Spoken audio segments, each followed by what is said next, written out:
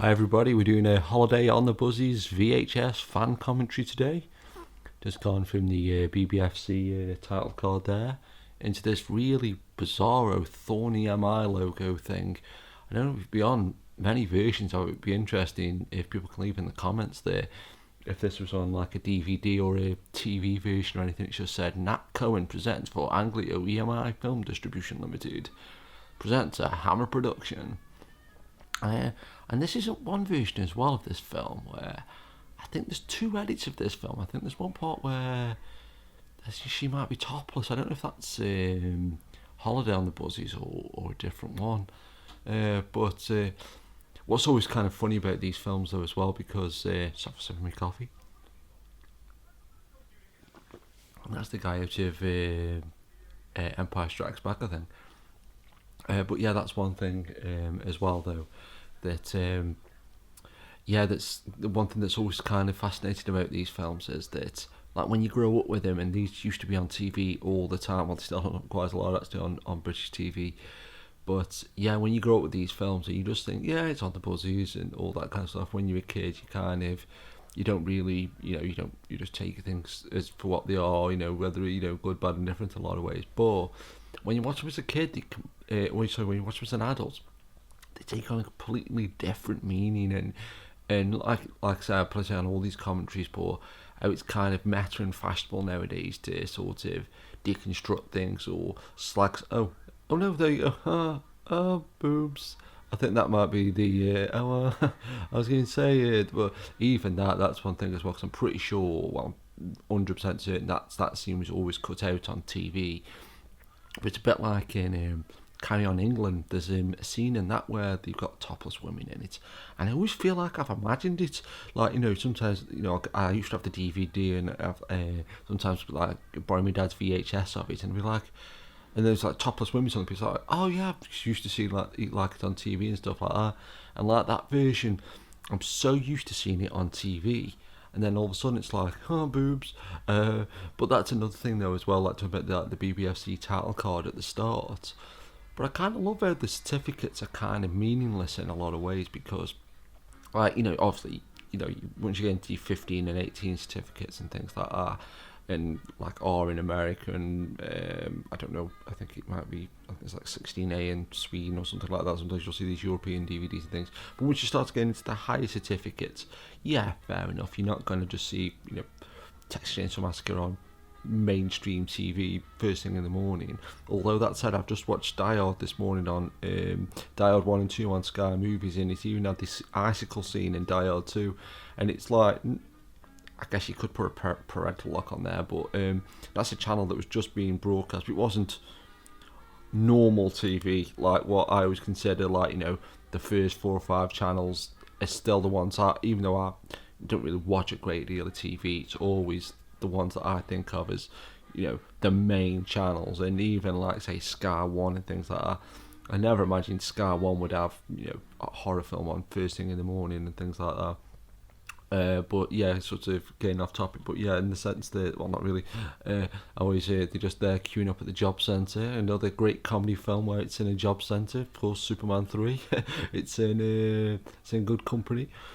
Not very often you can compare On the Buses and Superman 3, although I'll try my best, or On the Buses and Star Wars and things like that. But yeah, definitely be interested if I can compare it to how many comparisons I can come up with Superman 3. I love a good clutching at straws coincidence, which is a good name for something.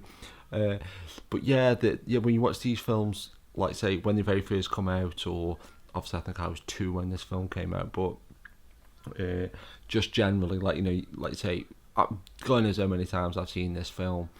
And then, like say, you watch it more recently, because I say they've still been shown a lot on British TV, like I said, and I've got the VHS here and stuff and things like that, and watching when I go with my dad's and stuff. I watch my own for that matter, but they are just like, almost like, I can't believe that I grew up in this time period. And even though in a lot of ways I consider myself to be old fashioned and sort of, I've gone on the internet, got a mobile phone, got a Twitter account and all these different things. When I look back on these films, and then being a film fan, looking at the British film industry as how it was then and now, and it's so, would say fascinating, but it's so fascinating. Well, it is fascinating that like a company like Hammer, who were world renowned, and the company's just started up again, like world renowned for making like these dead successful horror films. They've just had like the remake of The Lady in Black, and like with Daniel Radcliffe and things like that. And they've got, working with Christopher Lee and Peter Cushing and all these amazing people and all these amazing horror films. And I swear this is true, that I know sometimes I might say something just to be a bit obstreperous or just to go against the grain, and not like in like I never like doing it in like a cocky way or like a nasty way. I'll try not to, but like I always feel like even like with the new Star Wars film, completely time-stamped this commentary, but and so with the new Star Wars film, The Force Awakens, like I was gutted when people didn't like the prequel trilogy, and now The Force Awakens is getting praised up loads, and people, it's the best film ever, it's amazing, it's like it's beat Avatar and things like that, it's going to be the most successful film of all time. And even that, I feel like, as a hardcore Star Wars fan, that like, or being a pretty hardcore Star Wars fan, I'm like, oh god, this film's been praised up a bit too much. It seems a bit too, both schools of thought seem wrong, really. That like kind of, if so, that's a good shot, but that'll look pretty cool on like, not look too bad on this VHS, but I think that'd be a good shot to see on the 35mm negative. God, when you can have a print of this one, would be pretty cool. Yeah, so when I look at like the British film industry at that time. And only that's one thing as well, and I genuinely think this, if somebody mentions Hammer to me, and obviously the company's called Hammer Horror, I mean, your Hammer Horror is a subgenre almost, so you obviously gonna think of that, obviously that springs to mind, but literally I can't think about Hammer, the film company, for more than a few minutes without thinking of the On the Buses films. And that's genuinely true, that like I don't think it's because I've seen these films so many times, and my parents and my family always used to watch them and things, and obviously I grew up and got into horror quite young, but I must have seen these films almost my entire life. So seeing that a Hammer production, if someone mentions Hammer to me, it's like just instantly, oh yeah, the On the Buses films. Yeah, but when you look at the film industry in the late 70s, and really up until now, but especially coming at it from a British perspective, and like I say, I think there was a guy from Empire Strikes Back who was talking to Blakey. I think he's one of the people that are quite high up in like the Imperial Force. God, my mind's going blank. What do you call the Imperials? That sounds wrong. But yeah, you look at the film industry. Right, even in the 70s, you got all these amazing, successful film series and things like Star Wars and The Exorcist and Texas Chainsaw Massacre, and it's been all the films that came before it. But you've got all these like super huge, amazing films, and a lot of them were shot in England. When you think Superman was filmed in England, Star Wars was filmed in England, and we got all these incredible technicians and everything. And then you look at the On the Buses films. And they are what they are. I'm still enjoying the On the Buses while I'm doing this commentary now, because pointless doing for a commentary for a film you don't like. But yeah, when you look at, say, the film industry, and just sort of, it's hard to believe that when this came out, it was like just around the time when Star Wars was coming out. And I know occasionally there'll be little bits in Star Wars that, occasionally you can almost tell it was a 70s film just by just occasionally you'll see somebody's haircut, or you just got that 70s vibe about it, just very, very occasionally. But for the most part, you can put Star Wars on and it just feels like a timeless movie. Apart from the effects, how good the effects are, and how groundbreaking it was, it hasn't really aged, really. I feel, again, because I've seen it so many times as a kid, and it's almost like every scene's almost imprinted on my head.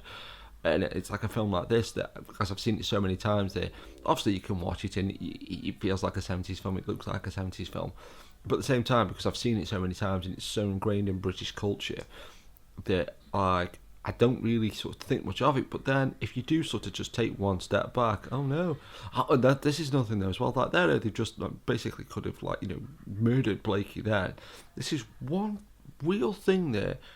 I never would have thought it, and I guess who thinks, 30 years later I'll think differently. Nobody thinks like that. But when you watch these films when you're younger, or with, say, see family, and that Blakey's horrible, and Blakey and all this kind of stuff, and you watch films like Police Academy, and you're like, Lieutenant Harris, he's a Mahoney's the good guy, and all stuff like that. And there's so many films now that I can think of that you watch him as an adult, and you're like, the Blakey's alright, he's just doing his job.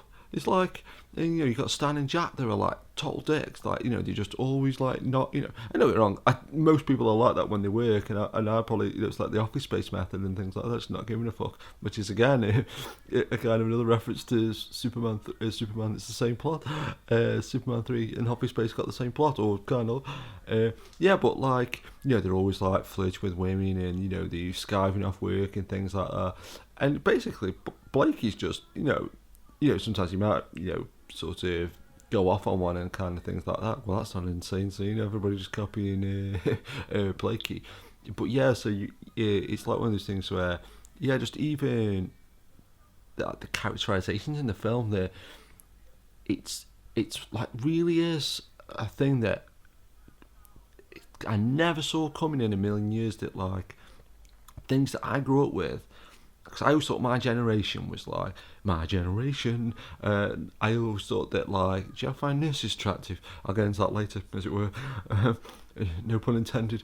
But, I always thought my generation was like, oh, yeah, we've got computers, and, I always thought my generation were a little bit more open-minded, and, sort of, tried different foods, and, had films with, like, Jackie Chan was in him, and all these kind of cool people and stuff, and that stuff would never have happened in, like, the 30s and 40s and 50s, mainstream British culture, that, you could just go down the road and, or go in like my local video shop, I'd like, foreign movies in and things and stuff like that, and, so I thought my generation was like kind of, got this cool vibe to it and stuff, and obviously, like I say, I was only barely born when this film came out, but it's so much a part of this kind of, like, say, Jack. I know, like, loads of people in my family have based all their comedy on people like Reg Varney and things like that. Payphone, always nice to see in a film.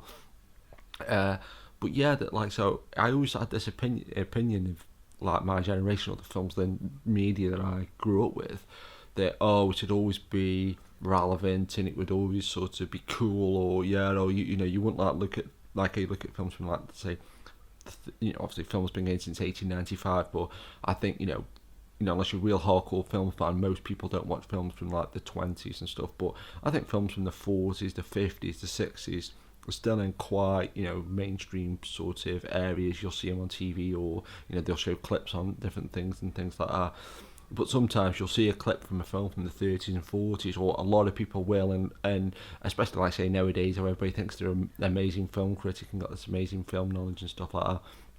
But you literally will just get people that are like, oh, bloody hell, look at that film from the 40s, you've got somebody blacking up or something, and you've got like some racism, or some real bad sexism, or just violence against women or something, and you think, like, I always used to think, oh, well, the good thing about films from my generation, or stuff from my generation, is, oh, we sort of weren't like that, and then, oh, XFM, it sounds like that number plate, a nice happy accident there, because XFM is a radio station that's got nothing to do with this film, but yeah, never mind. But yeah, you'll watch a film like this, and all of a sudden, it's like, why did these films get made? And like, there was such an audience for these films there, and I'm still kind of surprised in a way that they don't get made, because when I talk to people, I don't know if it's kind of because of, like, where I live, there's a lot of people that have still got the same opinions and the same viewpoints from when they grew up. So these films are still really popular. And like I say, I love these films, I watch them all the time. But like, I feel like I watch them, and not watch them ironically, but I will watch them and think, oh wow, I can't believe they've just said that. Or, oh wow, I can't believe that, that thing. Like, there's one part in this where I never noticed it till recently, but when you're going into the bar, there's a sign in the bar that says something like, oh, if you listen out for your chalet number being said over the PA. So I'm just checking I'm still recording, because I've got the laptop to one side of me for some reason, I don't know why. Yeah, my dad's got photographs of this bridge here, where they go over this bridge. I'll have to try and find him, and or ask him if I can borrow him and scan him and put him on the website and stuff.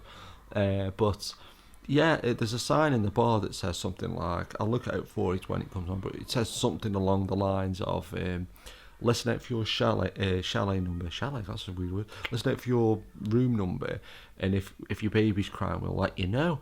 And you're like, what? Even I, look, I've got kids because I'd probably be a terrible parent, but you think, even like by 70s standards, I'll just leave your kids in your chalet while you go like and get tanked up on booze and stuff, and it's little things like that that like I'm genuinely sort of fascinated by how in some ways nothing's changed. Like I really do feel like I can go into my local town, and it's an 800-year-old town, so it's probably going to be got some going of historical things in there.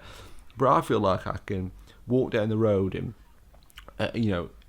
and think, oh yeah, we've got this, we've got that. Like I said, I've literally got a phone sitting in front of me that's got the internet, and a laptop here. I'm recording a commentary that's going on a YouTube channel and things like that. And then you think this film is not really that old, and it's like just a completely, almost a different world where, again, like say, I think it's like now, it's a fashionable thing where kids react to, and they'll show them like a Game Boy or something, and what's this, and I think there's probably certain things that people even like say. And I was actually I went to the pub with my dad last night, and I was talking to this guy in the pub. And he was saying, I used to have this 8-track tape player that I bought in the 70s, and it broke a couple of years ago, and I had to throw all my 8 tracks away. And it's just really bizarre mentality, and it seems like it's almost split down the population 50-50. But you'll get a lot of people like me that, like, say, will still use the internet, will use the internet, but they'll use VHS as well, or got vinyl, but they'll listen to MP3s as well. And then you've almost got half of the population. I don't know if it's just laziness or just literally don't know. But the amount of people that feel like they've got to stop listening to sort of vinyl, or they can't watch VHS anymore, or they can't, like listen to the radio or anything like that. They only just like to get what they're given.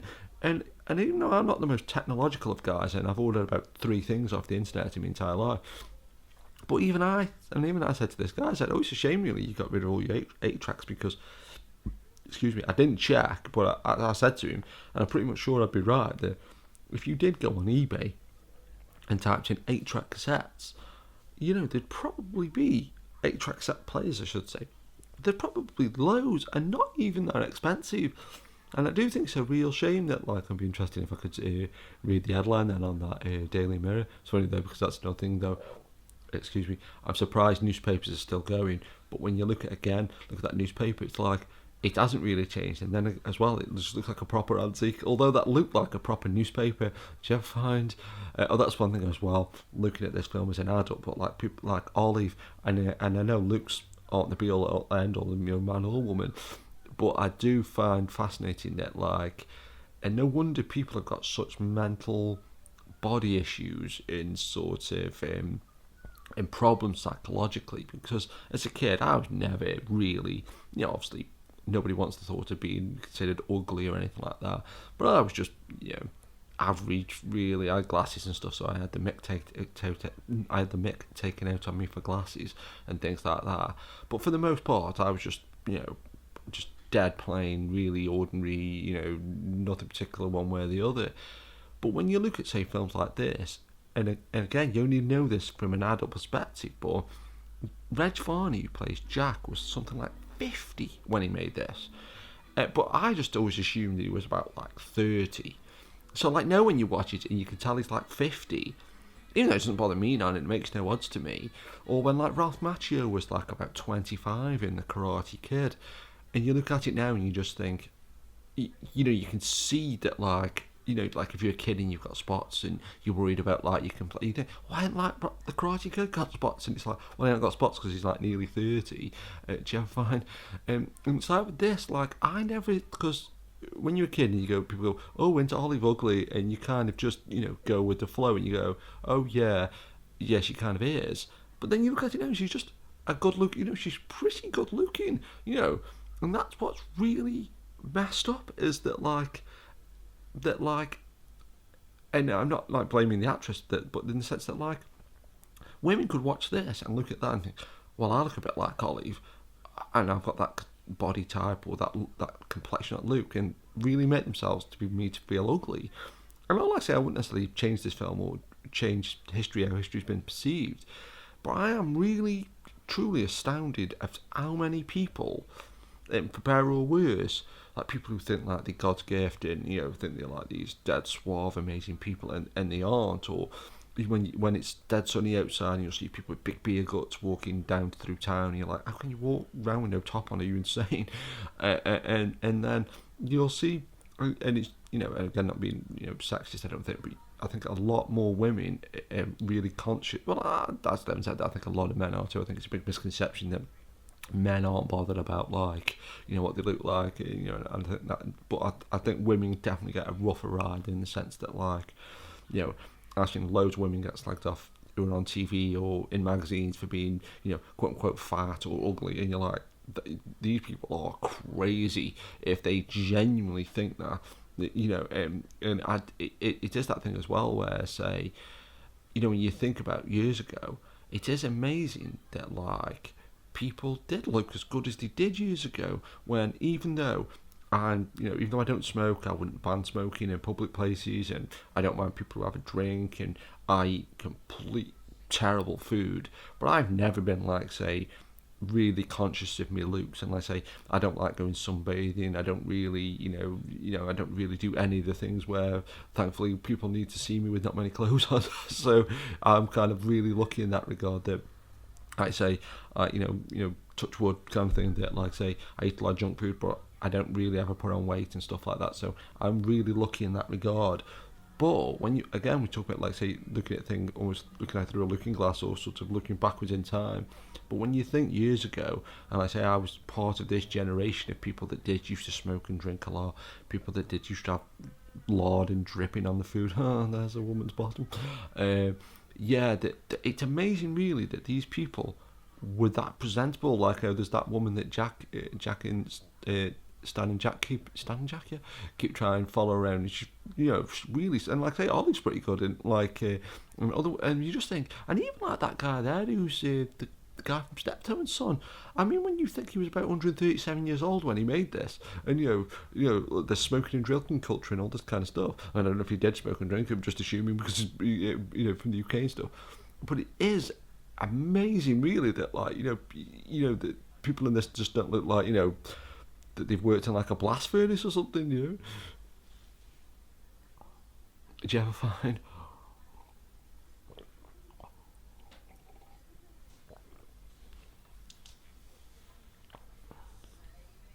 Well, it is amazing though as well. Talk about sort of when you look at this film, it's that's one thing I do love about watching old 70s films. Like I say, I've got such a strong connection to the 70s, and especially anything from 1974, but anything from around this time period.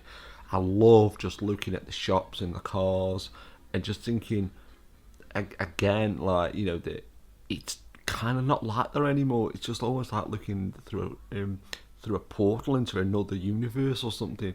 Yeah, but talking about the film industry and how films have changed, but and you think this would be a proper sort of Skull Lager. I should have got some Skull. It could have been the theme drink. Would have been a great excuse for it. But yeah, that how the film industry's changed and stuff. But looking at the running time for this film, and it's 82 minutes long, and that's with credits. So it's without. I don't know if that's classed as with the credits, but just say it's without the credits. This film's 80 minutes long, and it's just wow, proper exploitation movie. But this is a thing as well. I've heard loads of times that films that are based on TV shows, or especially years ago, never really did very well, like the Thunderbirds film and things like that. And people, the original Jerry Anderson Thunderbirds film, not the Jonathan Frakes one. But I've heard loads of people say that when it came out, it was this, quote unquote flop, and people are like, it's just on TV. Didn't realise, again, didn't realise, air quotes, what it was. Do you find that woman who plays that nurse is absolutely smoking hot? It does have to be said. But so that I kind of love that because I'm really surprised, especially if cinemas are now, where it's get you in and get you out kind of thing. and like the new Star Wars film is like, I think, touching 2.5 hours long or something like that. And you think, wow, that like I'm surprised cinemas don't really sort of not put pressure on, because they haven't really got a lot of sentiment, because they don't even get much money from the films they show. It's all made up from popcorn and things like that. But you think, I'm surprised cinemas haven't sort of almost got all together and said, not unless it's a really exceptional film, so like if it's over 2 hours we won't show it to something, because when a film is just like an hour and a half, they can just fit so many more showings in. But what, like I say, talk about, a lot of people I know who've watched films like this and things like that for years, but I know a few people who've actually stayed at the holiday camp where this is filmed. I think it was Pwllheli in Wales. And I know people who like know the layout of that camp and have said like, oh, that that's where the arcade was, and oh, this is where that was and things. And I think even they had like a Firefox arcade machine in there. So I was like, oh my god, it's like that would have been the perfect place. The kids going ice cream in his face. What's great about that though as well, like there you can tell the people were like having, like people there like kind of like laughing and things like that. And I do kind of I've got that doesn't look what's funny about that, because it's not just somebody literally just throwing branches, but that's one thing though as well, where with stuff like this, that because it was like the 70s and it was low budget and there was no health and safety, political correctness gone mad, just being facetious when I say that, but yeah, do you ever find, but because like I say, you can almost just imagine these just said, oh, we're just going to drive through some low trees, hold on to your hats kind of thing. I've always thought that though as well, and that must be really sort of, talk about people's looks and things like that, but that must be really sort of disheartening, I would have thought, if people are like, oh, like the woman who's playing that woman's mum there, and I think they deliberately cast her as like, sort of like a somebody who doesn't like, she takes no messing and stuff like that, and thinking, yeah, you've got a perfect face for like, this particular role and stuff. Oh, there's two men dancing. But that's another thing though as well. What I kind of love about films like this, and even though I love, lowest common denominator joke and stuff like that, I can't believe though sometimes though that like how many jokes in films like this, and actually there's a joke in this that is the exact reverse of that. There it says baby crying in chalet, and there's a where you can write the number down. I mean, that's insane. What's funny, I've just had a bit of a NAM flashback to when I was on this painting and decorating course. I had to paint like a big community centre, and it looked like that. It wasn't nice. It wasn't nowhere near Wales. But yeah, when you think of some of the jokes in this are just like, oh, this woman's got boobs, or oh, it's two men dancing, and they proper just like, like almost jokes like written on the back of a fag packet in a pub or something.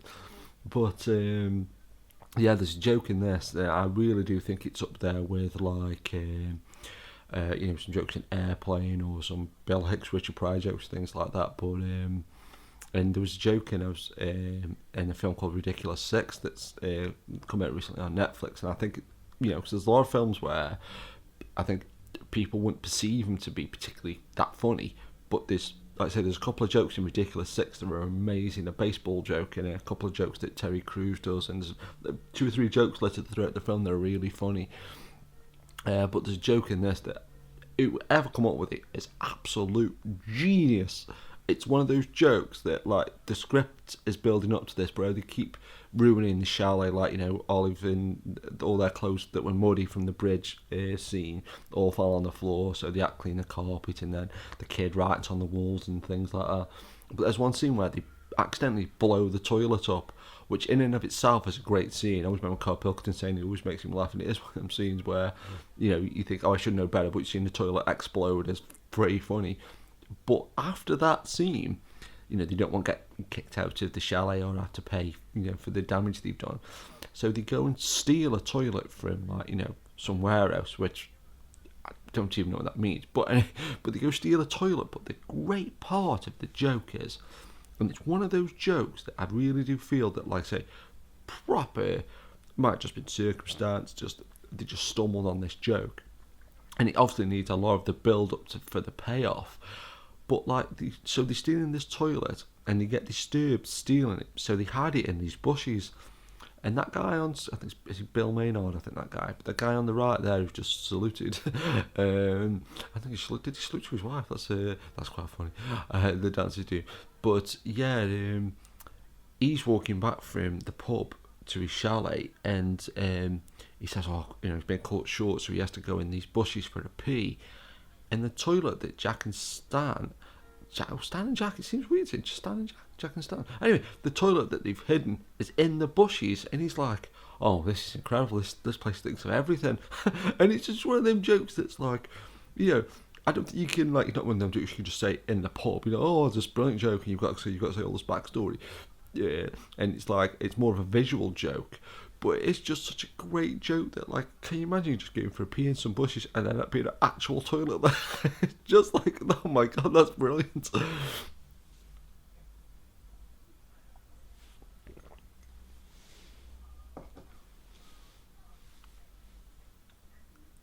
And it's things like that as well that, like, I mean, I haven't normally got, like, much vision when it comes to, like, design, and, well, yeah, I have a little bit, but, like, and I, like, I say, like, I'm old fashioned and stuff. Oh, it's two men dancing again. Just fine. But, yeah, that sort of, like, you look at that sort of, that painting there, the paint that's on that wall, and I know nowadays you can have paint made and you can actually have it custom made, and you can get all kinds of different sort of shades, and, like, but I always think that's kind of funny about 70s things, and again, if it's like limitations of the technology or just a personal taste of change, but I can't imagine anybody painting a wall that colour. And, like, say, seeing the scenes of driving around and seeing the cars, and sometimes you'll see like a brown car, and it's like, I can't imagine anybody now going into, like, a local Ford dealer or Vauxhall dealer or something, so you can have a brown Vauxhall, please, and it was like a thing then, people would buy, like, or yellow, or even like a yellow car, just like, there's just certain kinds of colours just don't seem to go very well with cars, I always, what's funny as well, because, like, say, talk about getting reminiscent for things you grew up with or being part of this kind of culture, but one thing I do always get a little bit, like, not gutted, that's probably too strong a phrase, but one thing I am always a little bit sad that they don't really have anymore is buses where you can get on the back like that, and it's just like, I'm kind of reminiscent of something that I never used. Do you ever find? But that's one thing as well about, like, especially like 70s comedies though as well, again, it's like things you grew up with and things, but sometimes I think, like, you'll see like a film like a Porky's type film or something like that, and they'll try to get, like, some sexy women, and obviously they kind of do, because those kind of films do a lot, or like an action movie or something. But if you genuinely said to me, what women from film do you find, like, attractive, or that have really stood the test of time, and, like, really hot, attractive women, and it's usually from films like On the Buses or Carry On or something like that, and there'll be a deliberate film where they are trying to have, like, a sexy woman on, and you're like, yeah, or a sexy man, no sex, but it's like, I think there's something about these films, they really, really did just, like, absolutely nail it, no pun intended. But this is like one of those things as well, and again, I have so many things perspective, but I'm always fascinated by, like, how things get judged. But, like, so say something like, say, the Psycho 1998 remake, people go, it's a remake, and then you'll have something like 50 remakes of A Christmas Carol, and people go, no, that's fine. But when people like Ed Wood, when they use stock footage in their films, and people, oh, you stock footage, oh, what an idiot. But, like, in this, when you see the stock footage of the boat, and again, yeah, there's some ways where it is, you don't really see it get deconstructed that much by film scholars and things like that. But, there's certain films where they use stock footage, and people go, yeah, okay. And that's another thing though as well, talking about, like, perspective, I always thought this was a relatively modern thing.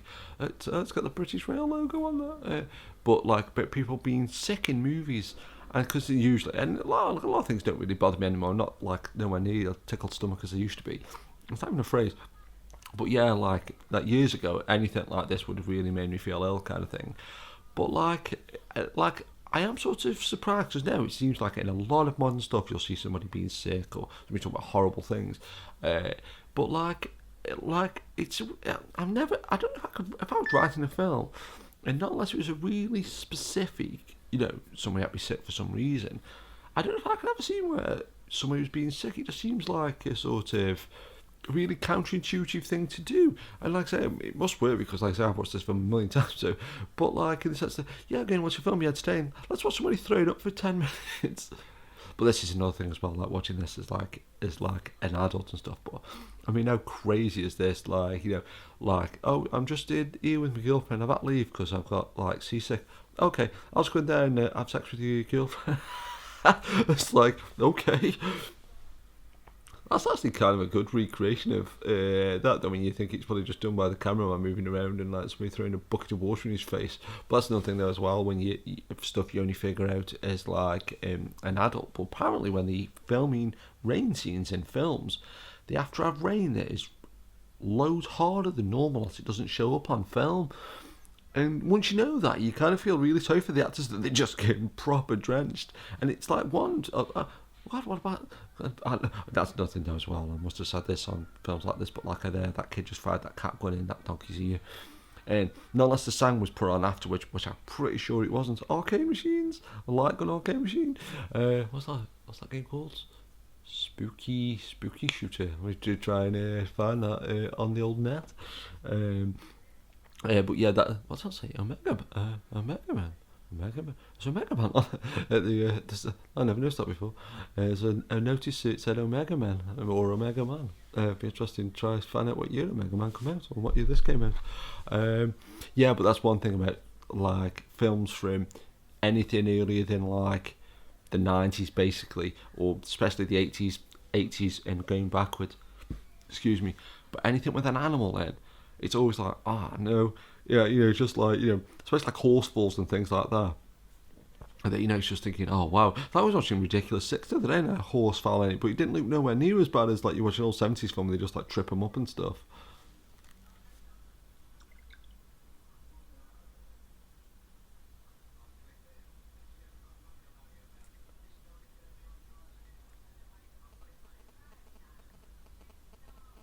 Just getting the old IMDb up on my phone. I mean, even that's proper first world problems that like I've got a laptop recording that I could use the internet on, but I don't really use the internet on the laptop in case it interferes with the recording. So I'm using my phone that's got the internet on it. I mean, do you find Olive attractive?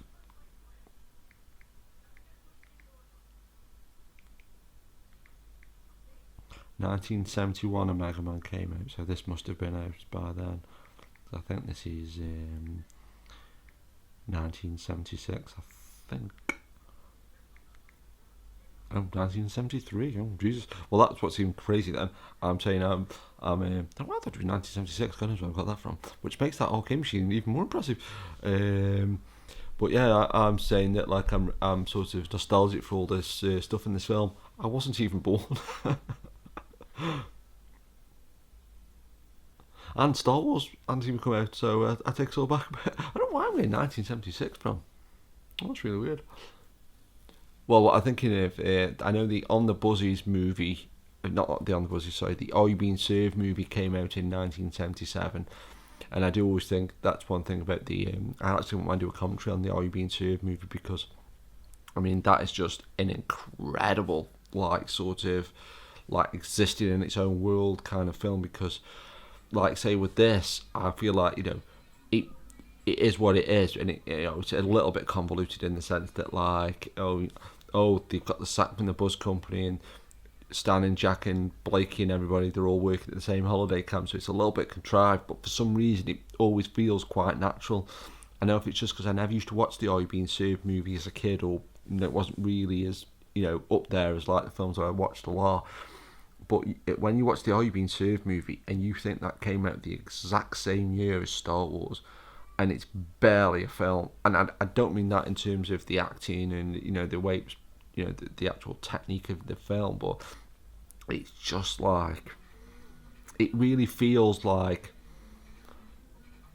and I don't really like slagging off films very much, and it's not really terrible in air quotes, but it's like, it feels just like, how can we make a film for no money, and like, you know, it's set in like 2 locations, and you think about it, that's quite impressive. No, but in just some of the acting in it and some of the jokes in it are really lame. But there's one thing about the I've Been Served movie that I think's really eye-catching to me anyway, is that, because like I say, I was watching it one day and I noticed it was released in 1977, and anytime I see the words 1977 I always just think of Star Wars, and so all the way through it I was thinking of Star Wars, and imagine things like Tunisia, and that's where Star Wars was filmed, and there's people named Lucas in it and stuff like that, and there's characters that sound exactly like Star Wars characters, and just like, wow, this is weird.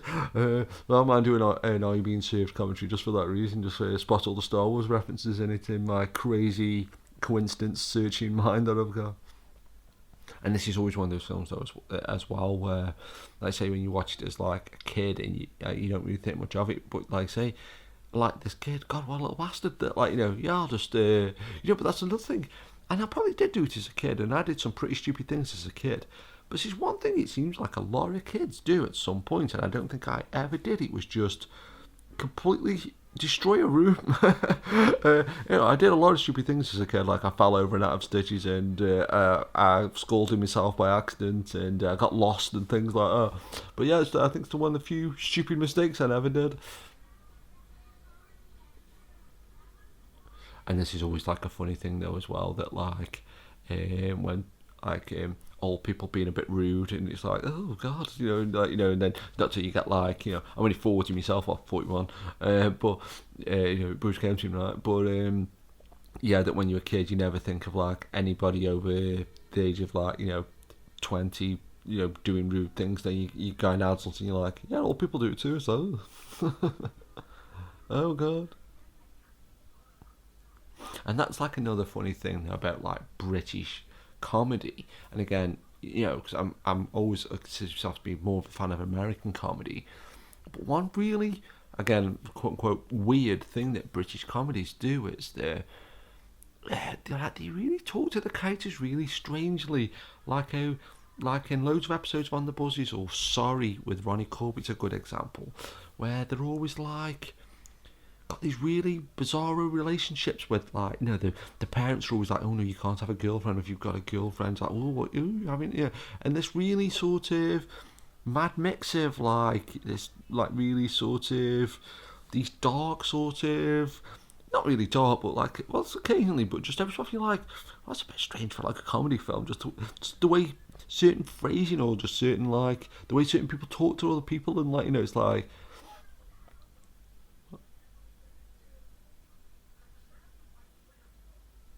And I kind of love, in a way though, that like this thing of, again, I think it's a very British thing, and not necessarily a good thing or a bad thing, but like, say, if you think that at the time this was made for be like this light-hearted comedy film, and all the way through it, what's happening is like, basically having the holiday ruined, and they're doing DIY, and this is like the feel-good film of the year. And the year was 1973 too.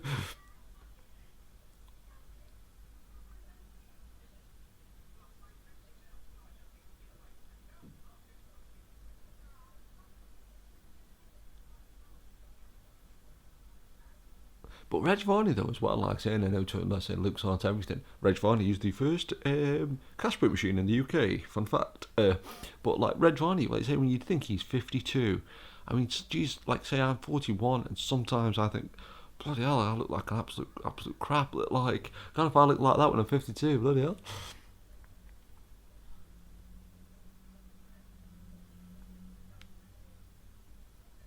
And even that's like a great comedy tradition that I always think's really funny, is that the way, like, when people talk about like having sex with the wife, like it's this big huge uppie.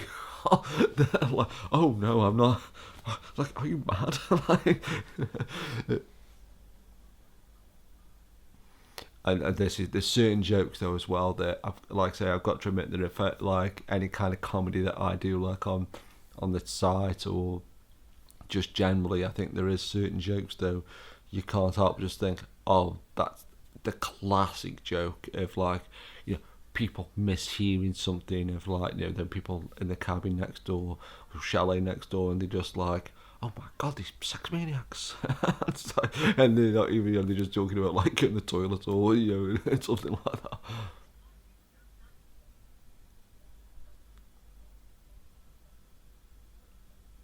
And what I do think, like say, and sometimes when like say some things are just so hardcore built into like your viewpoint of it there, I think sometimes it's hard to separate it. But I always love how sometimes how these jokes went down, like when you watch it with your family and they're like, oh god, she's got the handprints on the wall, and it was like the height of comedy, like like say.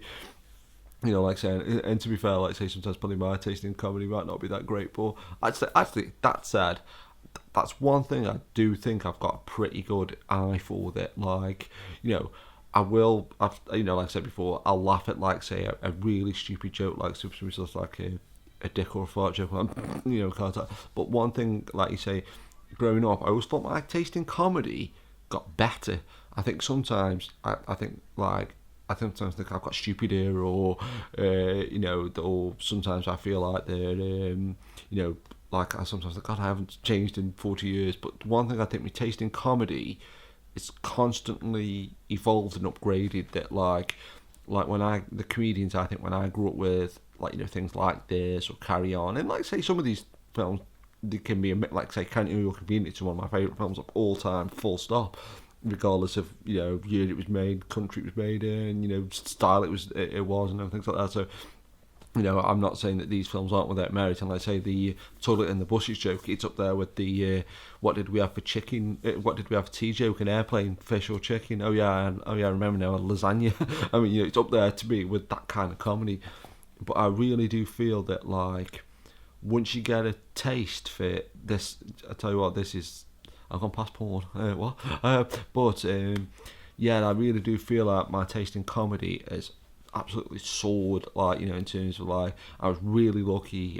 One of the first one I went to see the cinema was Superman 3, another Superman 3 reference. But so I sort of like I was exposed to Richard Pryor really. People like Eddie Murphy. I saw him in things like Beverly Hills Cop quite young and things like that. And then things like Dennis Leary, Bill Hicks, the Three Stooges, just literally like, and I think with comedy, I think once you've got like an appreciation for sort of, and not necessarily highbrow comedy, but just better comedy, or you understand surrealist jokes or weird comedy, I think it is so much more. You've got so much more of an appreciation for how difficult it is to be funny. Again, these kind of films, I think they were what they were. They get a certain audience, and like I say, I grew up with this stuff, and it's part of like the foundations of like how I understand film, and say looking at the film industry and how the film industry works and all this kind of thing. So I'm not going to go at these films in any way whatsoever.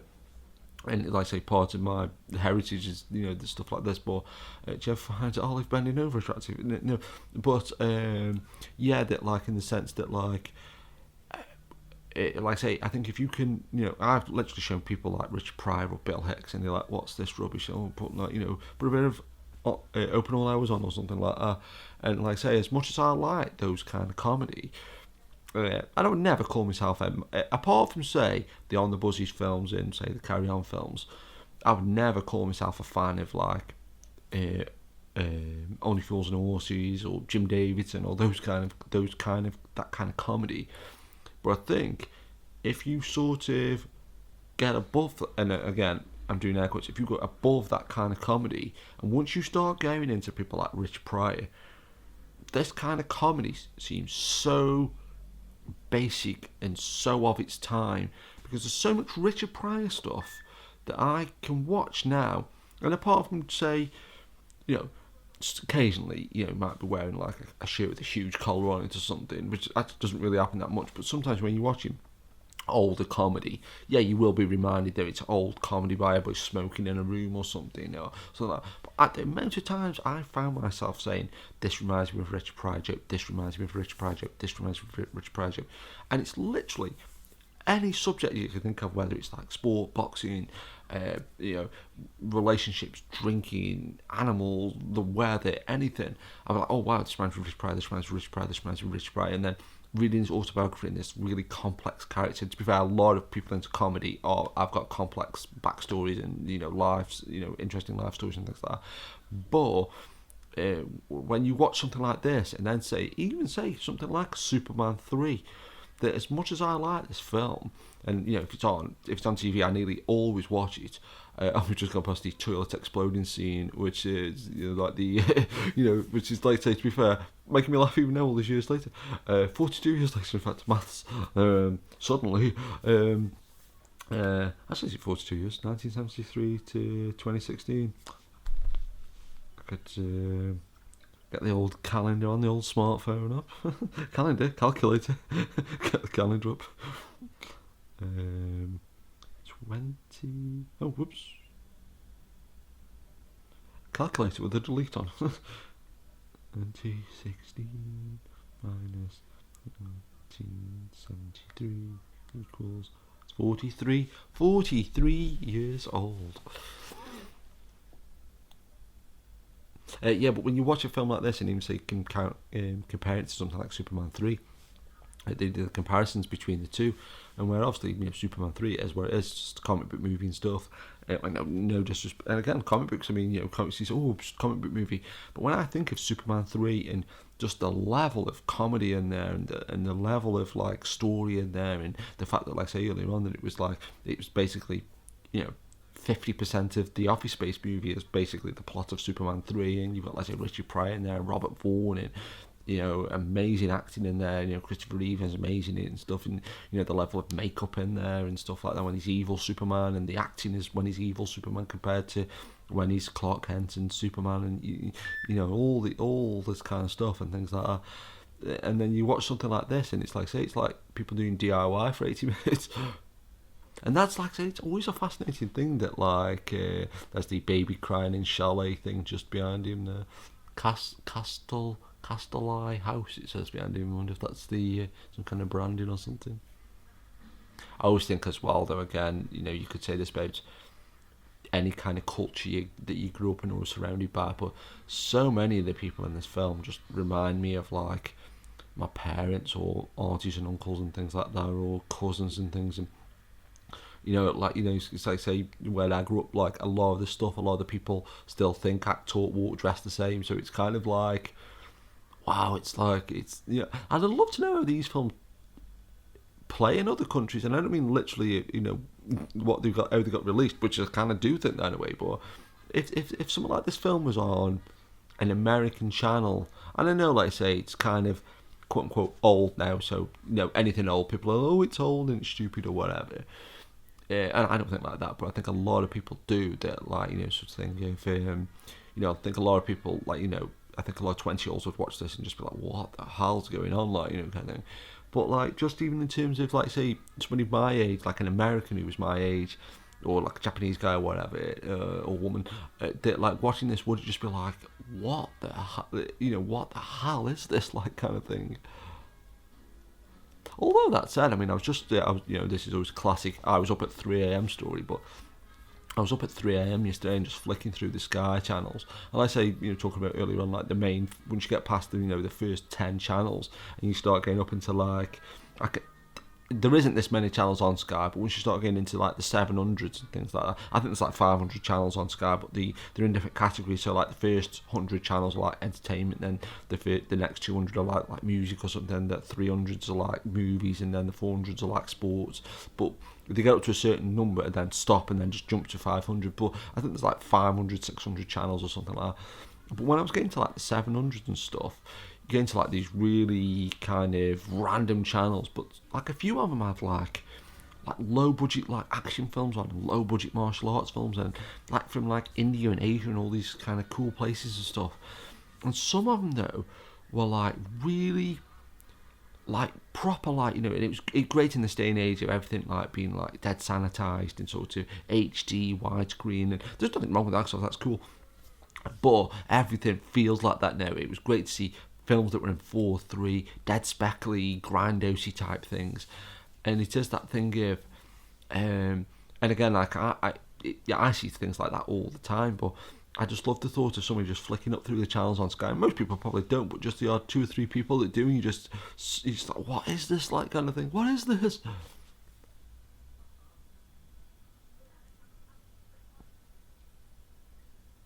There we go.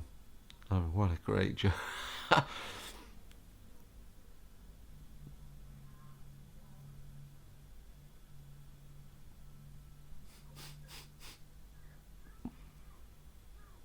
I mean, and as well though, like that's not just a great joke in itself. The way they come and get it, and his wife comes out and is like, "What the hell are you talking about?" kind of thing.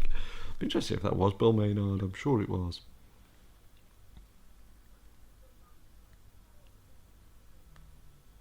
If it isn't, I don't know where I'm getting that name from.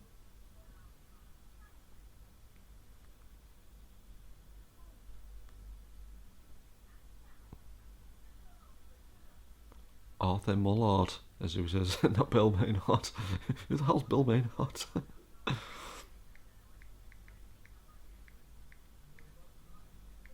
Is even Bill Maynard a person? Bill Maynard. Is he... Oh yeah, he's Green Grass and Heartbeat, I think. I don't know where that was. It's the same. But that's another thing though as well. Like there, he was born in 1910. But that's one thing I was thinking about on IMDb of doing is finding a film that I really like. And obviously a film like Cabinet Tut's Caligari is probably one. I was reading an Autocar magazine though. I was wondering when that magazine stopped. But that yeah, sort of. Obviously, I think certain films I'd automatically have this built in. Because like I say, a film like Cabinet Tut's Caligari is like 1919, 1920s, always a bit of a... And nobody's 100% sure what year it come out, but it's like 1919, 1920, so the people involved are obviously going to be born in 18 something. But it does always kind of strike me as interesting that like something like this film where I wasn't even born when it was made, and then you factor into it people who were acting in this film were born in like 1910 or 18 something or close to that. You're like, wow, like he was born 15 years. Sorry, 1895. Yeah, 15 years after cinema was invented, the people were in this movie were so linked to that culture, like the birth of cinema. People were involved in this, and even now, there's some of these people, touch wood, are still knocking around. And that's one thing I did always feel sorry for people in these kind of comedy films is they ever so often they would say, "Oh, we're going to make another one," or you would see him on something. And like say, Reg Varney was 52, the very first On the Buses he ever made. And so if you saw him in like the 80s or something, you were like, he was like 137 years old or something. And like talking about like certain comedy things that are always funny, or have always got the potential to be funny. And this is one of them where, oh, she's got in the wrong bed. And oh, he thinks it's his wife. And that's one thing as well. There's certain phrases, I don't know why I like talking about, like sometimes I feel like my appreciation for things has got way better. Because I've always felt like I've got, and it might be self-deprecating, I'm not sure, but I always feel like I've got pretty stupid tastes in things. Like all my favourite music is stupid, like it's like always hair metal and party metal and stuff, and I love really ridiculous films like Transformers the movie and things like that. But then when I think like that sort of like say certain like jokes like there where it's like you can't just and that's one thing as well, like talking about like say the culture is like there. You look at the condiments on that table, you've got like salt and vinegar and a couple of kinds of sauce. I was watching, I think it was Cannonball Run 2 yesterday, and they were in like a cafe and they had Tabasco. It was like just a normal cafe, and they had like Tabasco on the counter. And I was thinking, I didn't try Tabasco until about 8 years ago. And just that thing of like, again, like say, I know I wasn't even born when this came out, I don't keep saying it, but like I'm astounded by like now again, if you said to like a lot of kids that like, oh, try curries or spicy foods and things like that, and it wouldn't even be like, it'd be like, it's so prevalent everywhere of like spicy food, curried food, and barbecued food, all this really interesting food. And like years ago though, it was just like, nah, none of that over here. Although that said, sometimes you will watch a really old film and they'll go for a curry or something, or like something like that.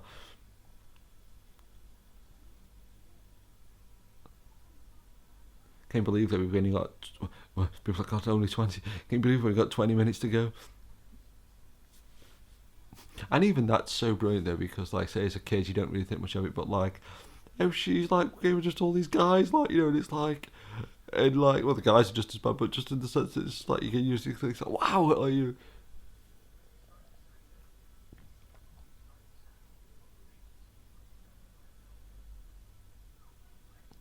oh, it's like there, Blakey's like being nice and stuff, and it's just like, oh, oh god.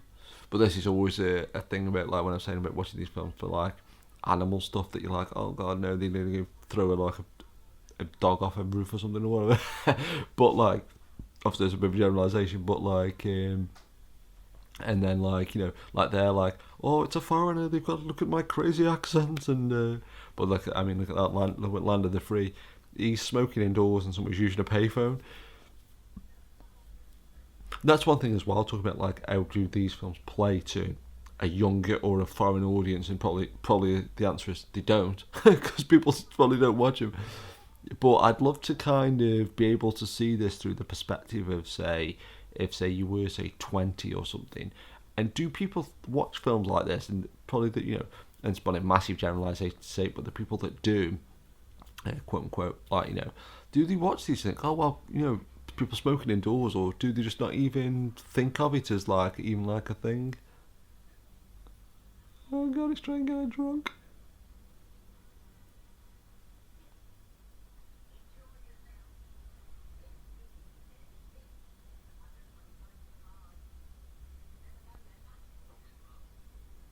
Also, these scenes were quite, but this is one thing as well about films like this though, that sort of because they were sort of done on the cheap like kind of thing.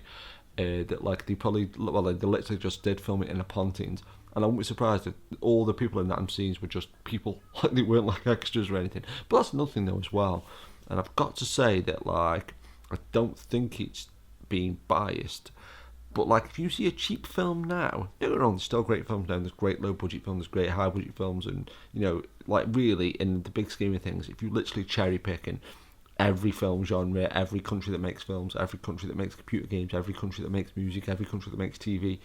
I think if you literally cherry pick, like we live in an amazing time period where there's all this stuff just to hand and things like that, and great new films, great old films, and you can just pull stuff up on Netflix and YouTube and all these different kinds of things. But one thing I've got to admit that I feel like that say, if you see a low budget comedy now or a low budget horror film, they look cheap, they feel cheap. You can tell that they're just dead tacky and stuff. And if something's shot digitally and it looks cheap, it looks 10 times worse, I think. But that's one thing about when you watch an old film like this, and you think shot on location, shot on film, and this kind of stuff, and it's just like it feels just so. Oh, this is another scene with a.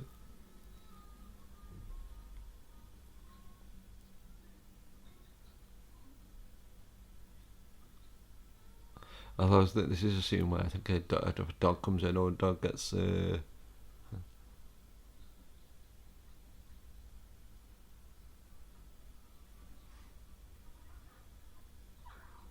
it's like there where, like, say that dog coming through there, and it's like, they probably like, just simple as like, teasing the dog, but like sort of got some dog biscuits or something behind there, or his own is on the other side, and so he's just trying to get it. But it's like there, I mean, that doesn't look like very sort of healthy for the dog, like kind of thing.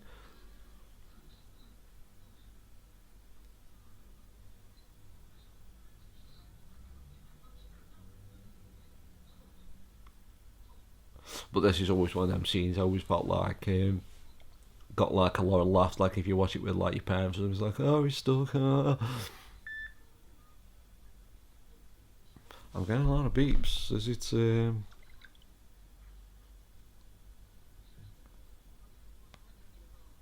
Twitter.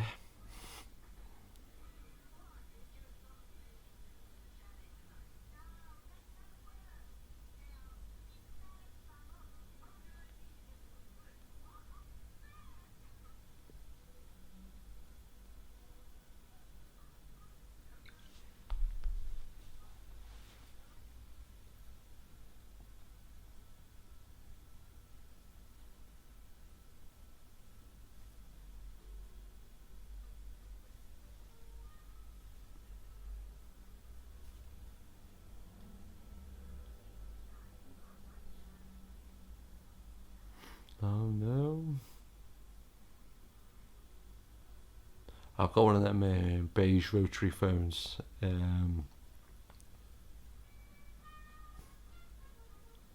That's the guy from Benny Hill, and there's a guy from Benny Hill in Superman 3.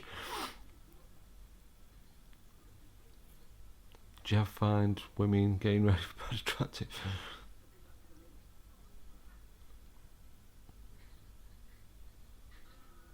Oh, Jesus. That's actually quite a good special effect. I don't know what the fuck they did, but it fucking made him deaf. But that's one thing as well. Talking about, like, say, and I'm not saying being facetious, but saying health and safety and political correctness gone mad. But when you do see old stunts, sometimes you can't help but just think, oh, and no disrespect to any of the stunt coordinators that worked years ago or stuntmen that worked years ago, but I feel like they were a little bit more sort of not daring, because at the end of the day, if you're jumping off a building now and jumping off a building years ago, it's still dangerous, or you set yourself on fire or something. But when you see just a stunt involving like a normal actor, can't stop thinking just out there, they were like, yeah, we'll just jam a spring into your ear. They probably just like, you were like, yeah, alright then, whatever, like, that kind of thing.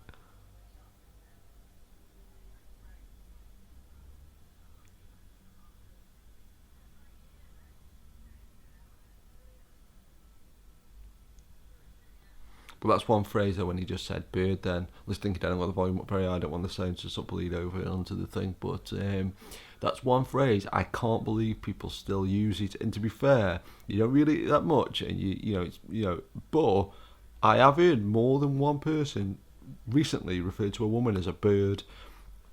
And even sometimes I'll say an old-fashioned phrase as a joke, like, I try not to be like racist, sexist and things like that, but just every so often I will just say like, I don't know, I'll say something crazy on a whim, just like, oh bloody hell, you can't say this word anymore, political correctness gone mad. But I couldn't imagine saying bird even as like a joke. Like if I genuinely was like, "Ooh, is that your bird?" Like, it just seems like so antiquated. And even like years ago, I barely understood it or knew what it meant. And it's like bird.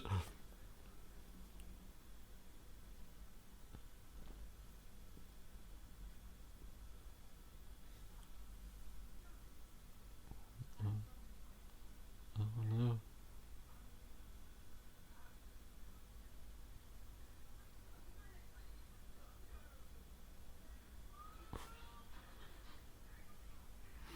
I was going to say not necessarily in that case, but then that plate of food.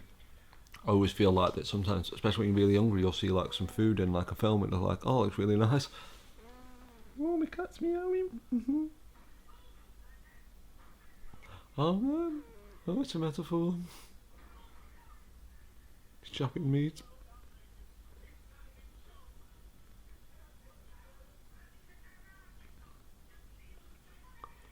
The cat's purring down.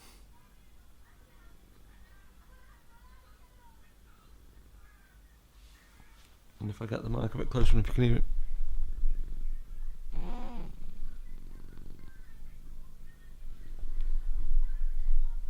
Mindy's meowing. Mindy's meowing into the microphone.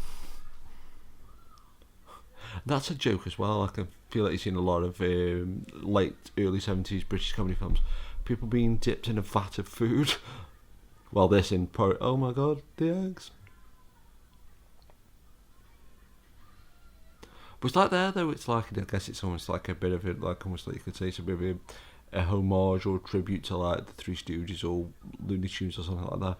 But sometimes when you see, like when I'm saying about, like, say, sometimes women in comedy films seem way sexier than in other things. But sometimes the violence in comedy is way more violent. And I don't think it's just because it's comedy and they can get away with it. Or like I say, I think people don't perceive it to be as violent. But like I say, this was a PG. And like I say, you do see it on TV all the time. To be fair, it is very, I wouldn't personally edit it for TV, but sometimes it is very slightly edited down. But sometimes you're just like, wow, this is so incredibly violent. I don't know what that guy's name was.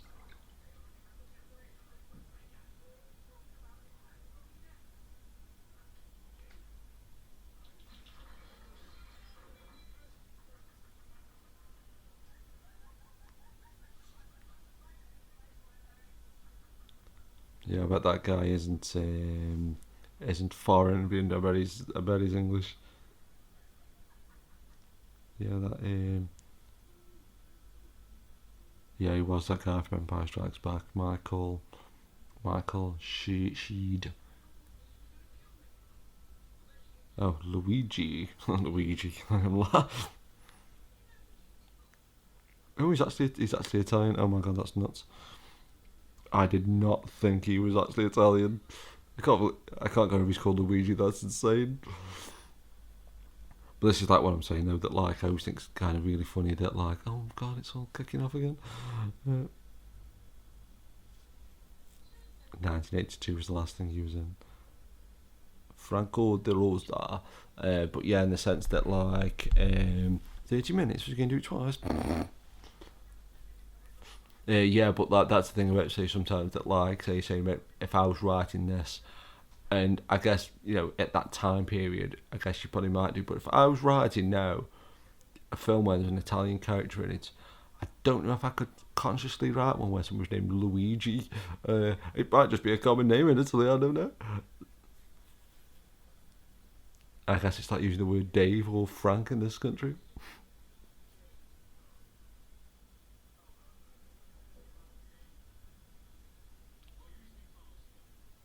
Oh no.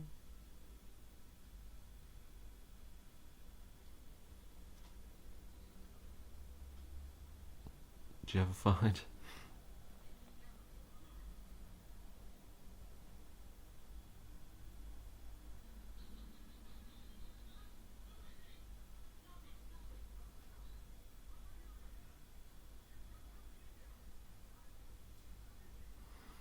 It's mostly just people going out of windows and stuff. Oh, Blakey.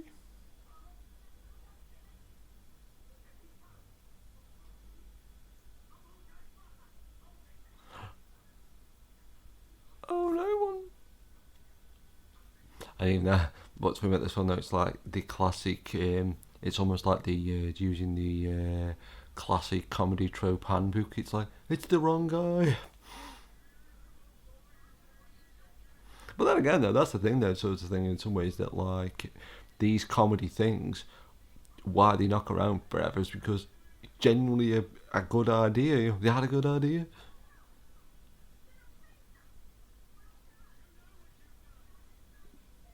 But what's great about that though as well, so saying about like I feel like they just probably filmed it on like just a normal day, like but I really just feel like that though those people just seem so genuine that like just real, like they're just like climbing and just it just feels like they are just there. Like they're I'd be amazed if those people there aren't just normal people, or people that were there.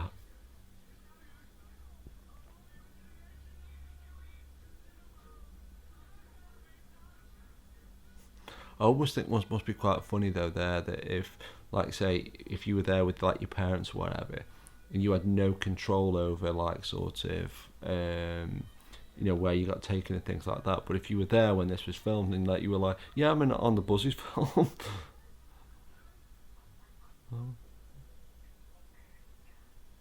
But even that's like one of those jokes where like say it's like again it's like a misunderstood situation. But like say like there where it's like you're gonna make a joke about somebody who looks like he's molesting a woman.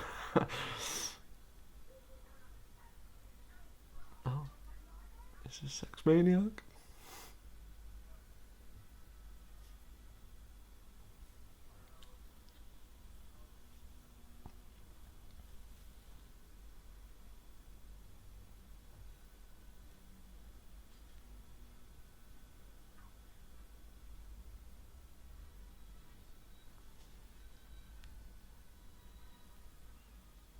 Like I said earlier on, though, I do.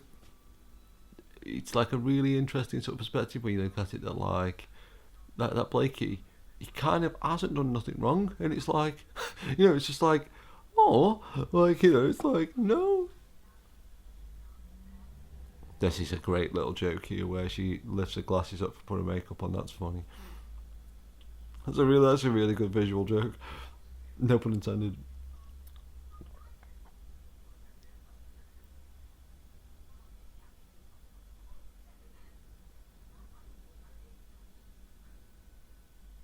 Like that, she just barged past him like for like, Oh god.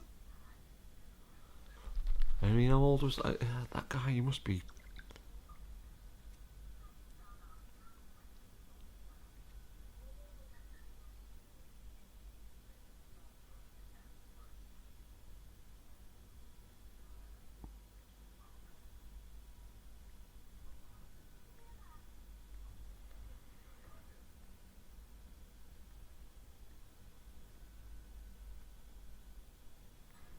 There's somebody named Maureen Sweeney in this. That's another great British tradition.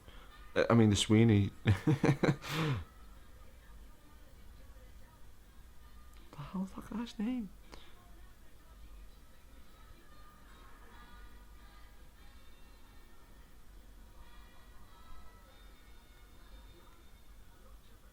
That's terrible. I don't know.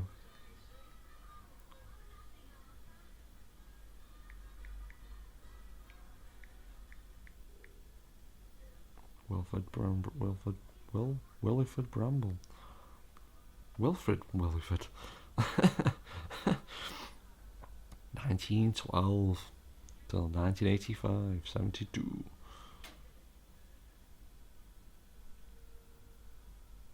God, was this that one there? Oh yeah, no, he died when he was 72. 19. Bert Thompson. That's actually kind of a cool name. Dirty Sky's name in this. I'm sure I did pick a random crew member. I'll just see if it's who I thought it was. No. I'll pick a random one. Do you find Oliver attractive?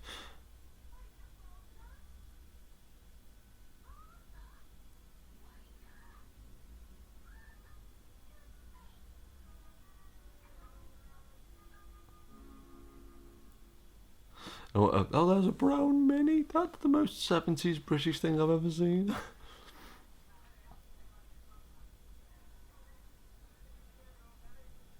But what's kind of really clever about these kind of films, though, really, they proper like have the cake and eat. Well, actually, having said that, though, there was some boobs in it earlier on. I was going to say, though, they literally just sort of cut away that last minute, like, kind of thing of.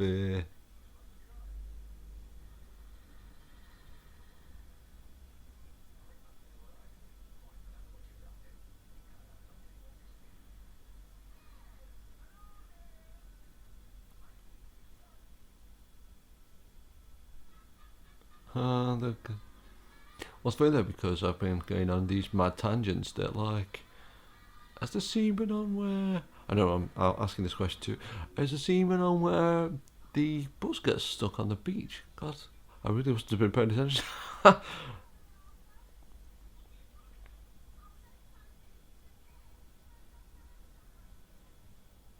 that dad was just like threatened it, and that's such a crazy like like little things like that like I know like so you could sort of say as a whole there's so many little things in this that like oh that makes it feel like 70s stuff, but like there's like that's just like wow.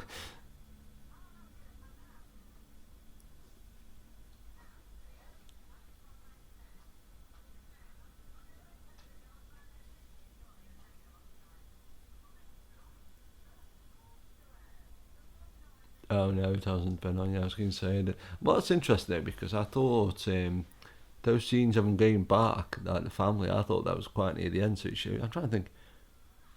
So this film ends where he's got like a wrecking ball. He's working on like a demolition site or something like that. But I can't think. It must be when he gets the sack here for losing the buzz. I would have thought. But again, that's a classic. Like, looks that if that wasn't that buzz, I'd think that was that footage. God, that looked really crazy. Yeah, but that's something I was going to say. This film like has its cake and eats it, like say in the sense that it's like, oh, you're going to see some rude stuff, and then it just cuts away at the. But then again, like say, it did start off with the topless woman, so maybe they didn't pull the punches right.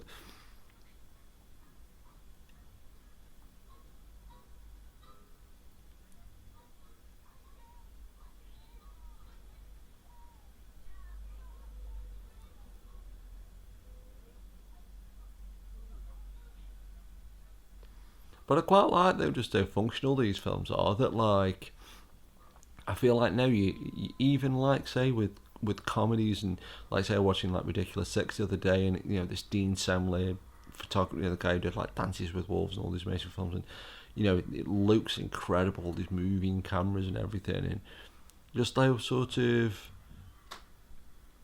by the book this film is, in the sense that like locked off cameras for the most part, and really functional editing and normal editing and things like that.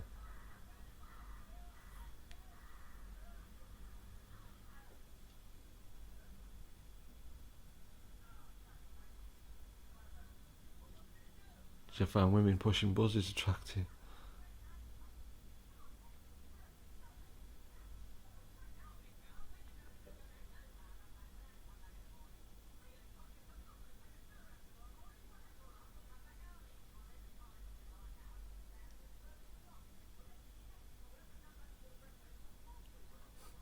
To be fair though, this is I was wondering what that viewpoint there. If you went there and I mean, interesting, do the filming locations for that and try and sort of recreate that shot.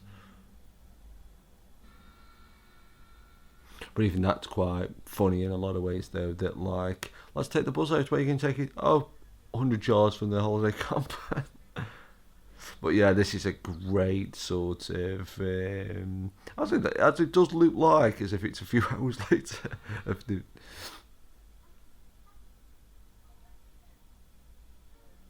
I don't know, he's got the sack.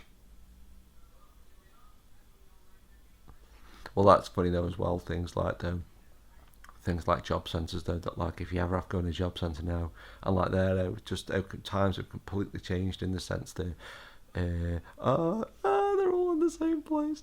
But there they call like labour exchanges, and they'd literally give you here's a job, it felt like to me anyway. After, but now if you ever go in a job centre, you're lucky. Even well, if there is one, and it's just there's a computer there, use it if you want. It's like okay, that's it.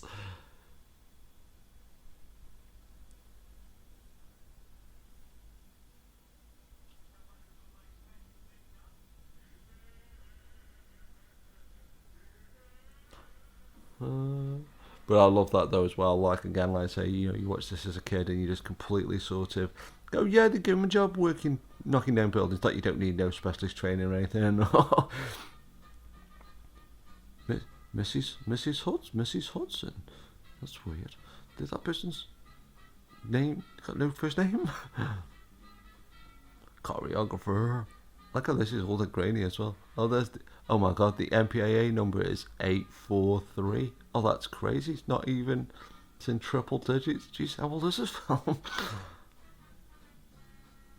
It was definitely released in America. It was certificated to be released in America. The End, an AMA production made on location in Wales, and it's MGM Alster Studios, Hertfordshire, England.